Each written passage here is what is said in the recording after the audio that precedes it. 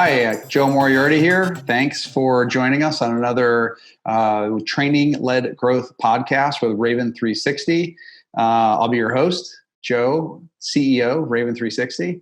I'm joined today by a great guest that's in the greater Boston area, as am I in the greater Boston area, although we'll be joining each other with the power of Zoom. With me today is Marnie Breton. Thanks for joining us, Marnie. Thank you so much for having me. I'm excited to be here. My pleasure. Thanks for joining. It's great. And it's funny, here we are. We're both located close to Boston, probably 5 miles away from each other, but zooming away all day, just like the rest of the world. And thank goodness that we have Zoom, and I'm happy to do it here. So let's talk about your company. And the company is Xcelerate Performance.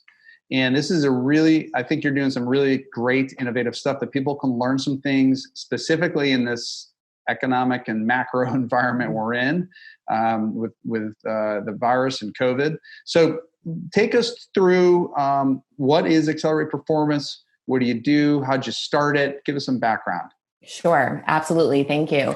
So Xcelerate Performance is at this point me and a network of experts that I call on as needed. I am a sales coach and consultant, and I'm very focused on building high functioning teams.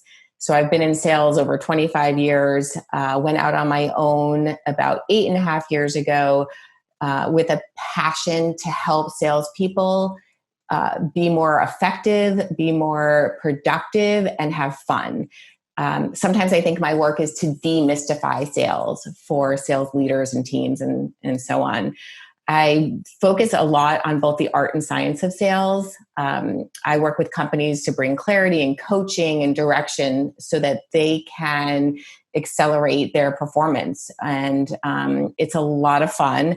I work with companies of all sizes, everything from literally, angel funded startups all the way up to $1 billion plus companies. And I customize my solutions to meet their needs. So that is what Xcelerate Performance does in a nutshell. Very hands-on. I'm not a trainer. I don't consider myself a trainer. I can literally consider myself a coach and consultant, and work with these teams to develop expertise, a lot of process-oriented work, as well as bringing the art. How do you ask questions? How do you curate information about your prospects to be as effective and stand out with, in the market? I forgot the rest of your question.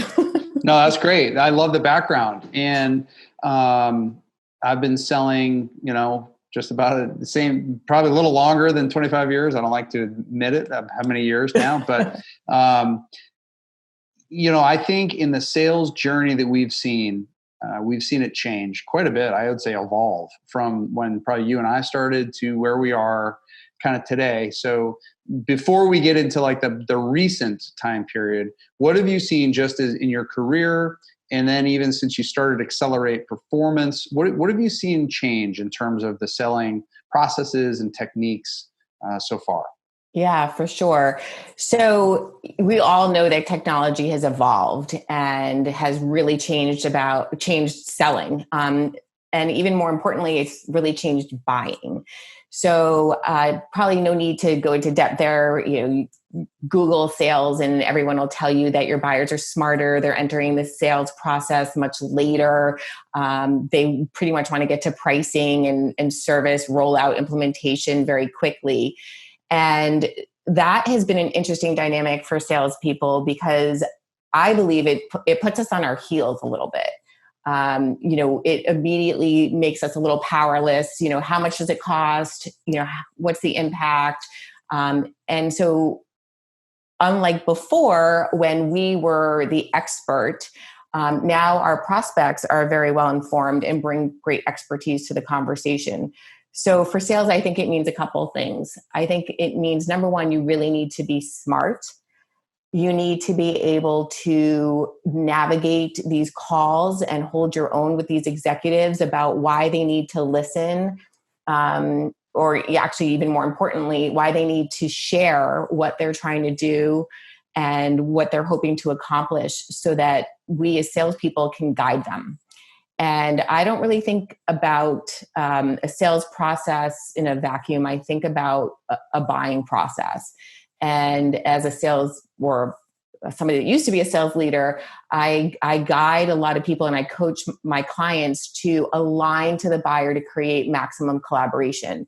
But to be able to collaborate with these high-level executives, you need to be really smart. You need to understand the market. You need to understand their customers.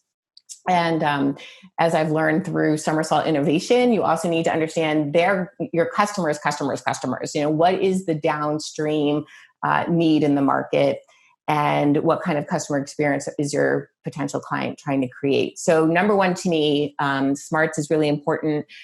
I also think team selling has become much more prevalent, and as a seller now, you need to also be a quarterback. How do you bring the right resources together to close big deals? And, when I was selling in the late 90s, I was a one-woman show. I would ask questions here and there, but, I went out and did my own thing and did the best I could with what I had. But now you've got sales engineers and product specialists and, all sorts of resources that you need to know how to bring in to make the most use of it.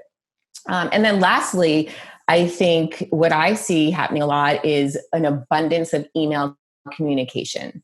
And I'm constantly telling, my sales reps and the VPs that I work with, you cannot close a deal over email.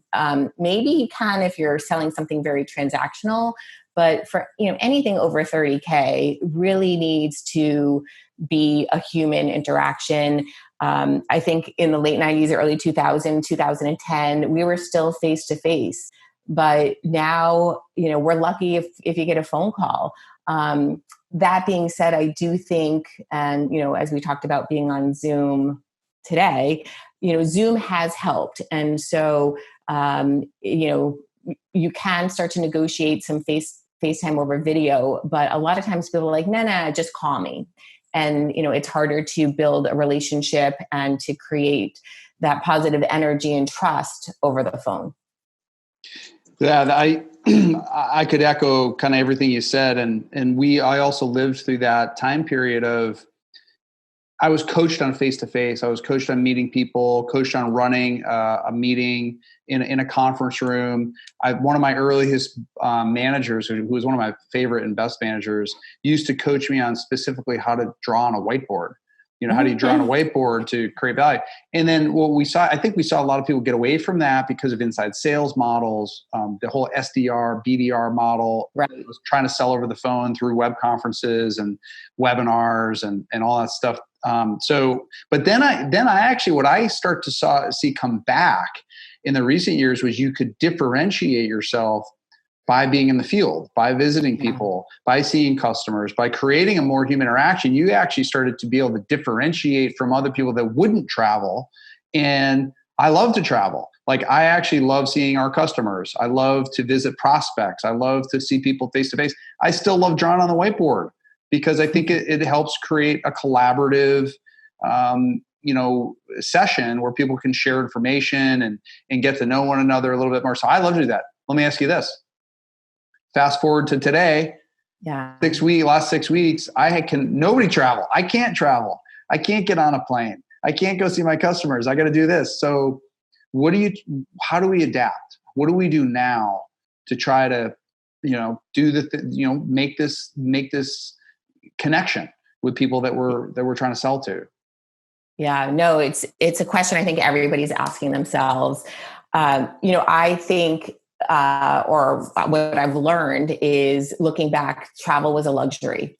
And it was really a privilege to get out into the field and meet people face to face and, build that rapport and build that trust. Again, fast forward to today, I think we have to start thinking about selling as, how do we get someone's attention? Most people don't love being sold to, or certainly don't love being cold called. And so now more than ever, and I'm spending a lot of time working with sales reps to figure out messaging. And it can't be the message that all of our inboxes are flooded with, which is like, this is how we're going to help you in this crisis. It has to be actionable and it has to be prescriptive. So to me right now, what I'm focused on is helping sales reps figure out the right questions. We have to learn how different companies are facing this challenge. And what I've seen so far is I think it's quite frankly very polarizing. What I see is we've got companies who, are kind of gearing up and they're like, you know what? I'm going to use this time to innovate, be creative, develop product, train my salespeople, get out into the market and see if I can't come out of this crisis ahead of the game. And then you have people that are I call it turtling. They're hunkering down. They're scared. They're coming from a place of fear and anxiety, which is totally understandable. But from that polarizing perspective, anyone that's trying to get someone's attention needs to really understand where that person, that company, that department is. And then from there you can navigate. So if somebody's got money that they're going to put towards innovation and advancing their business during this time, then the question is like, okay, well, what is your vision and what resources do you need? And, how are you going to keep your people engaged, and how are you going to be ready for market shifts, and really being a facilitator to those people using whatever tools you bring to the table to help them reach their goals. If you have somebody who's turtling, I think it's really important to help them understand that maybe they don't have to turtle.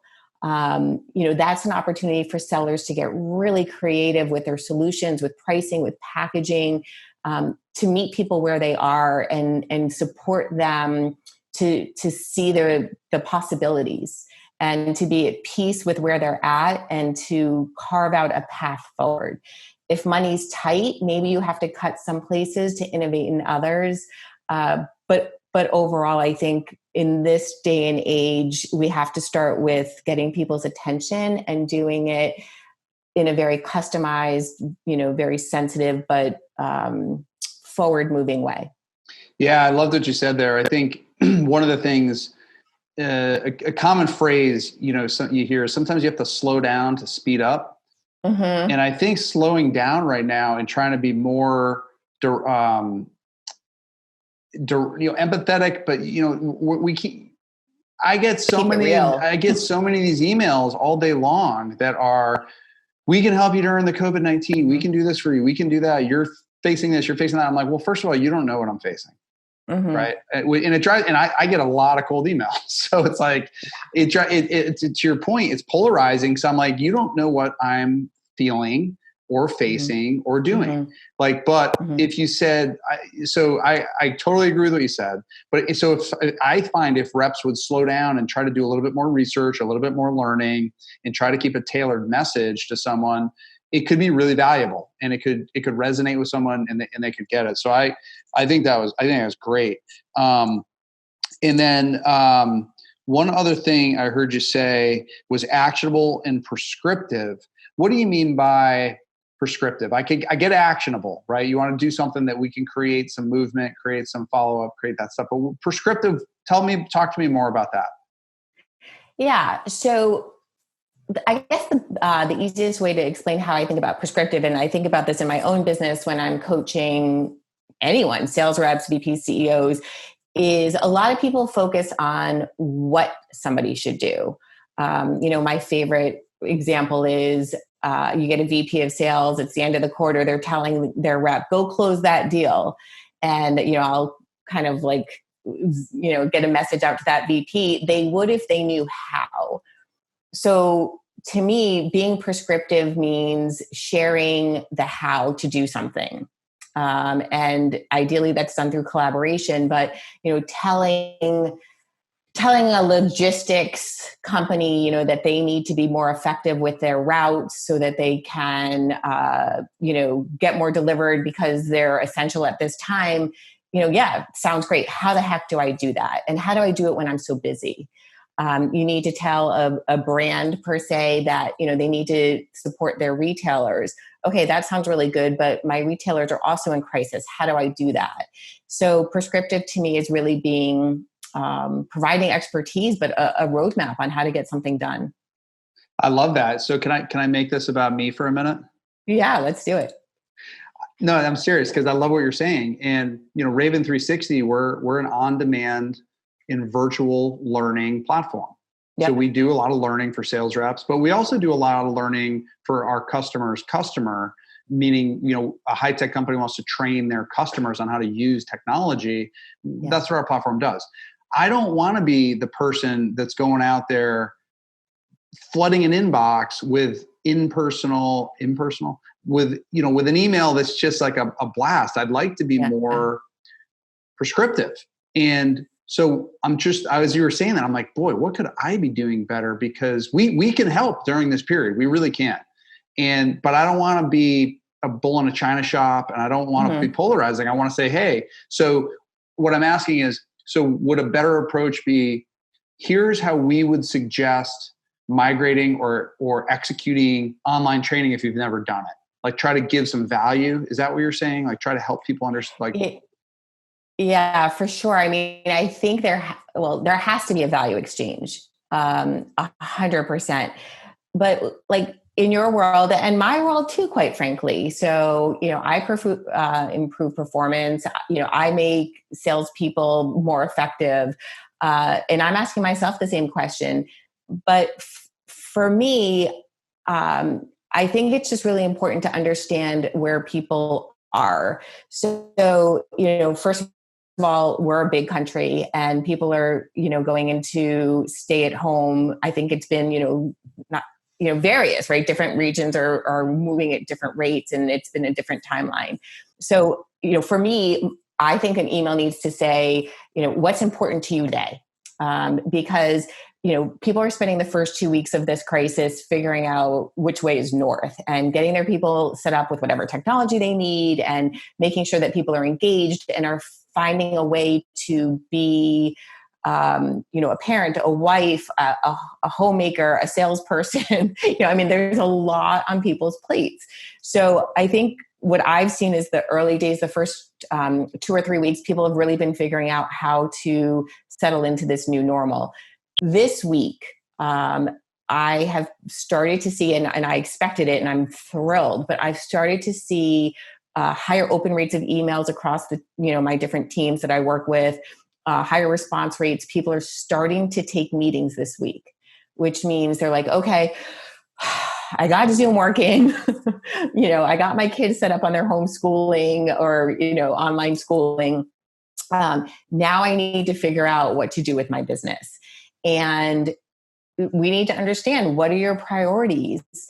In what areas of your business are you handling crisis management? And in what areas of your business are you worried about engaging your employees and keeping them sharp and feeling invested in? And where are you innovating? And I think for you and I, Joe, we fall into that middle section of, I want my employees to feel cared for. I want them to know that we're investing in them. And it's online learning and it's, coaching and guidance.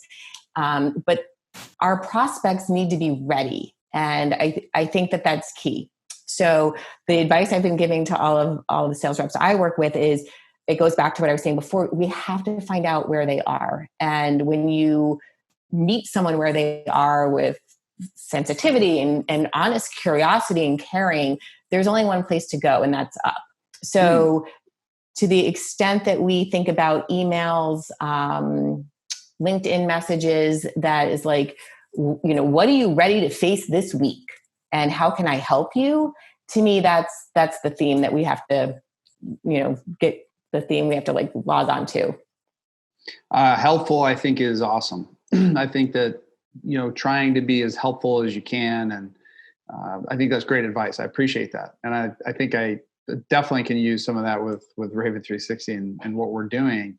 And I think you're right. The timing is critical, because someone might, and I tend to agree with you that I think that, it's, what is today? April 9th. I should have said that in the beginning. April 9th, 2020. And here we are.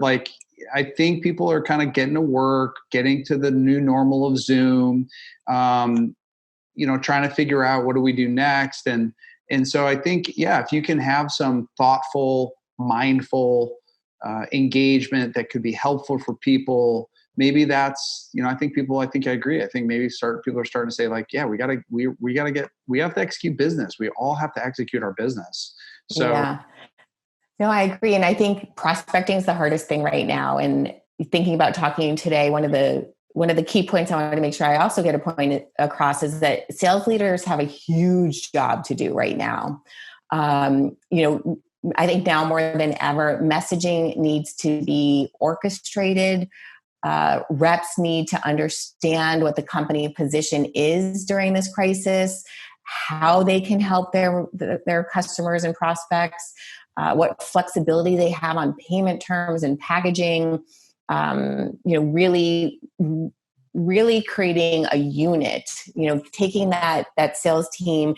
And even if you're in a multi-billion-dollar company, each team or department or business line or, product sales team is its kind of its own entity, obviously working in a much bigger ecosystem. But, how do you take the company stance and then distill it down to a rep so they know this is what I need to be saying.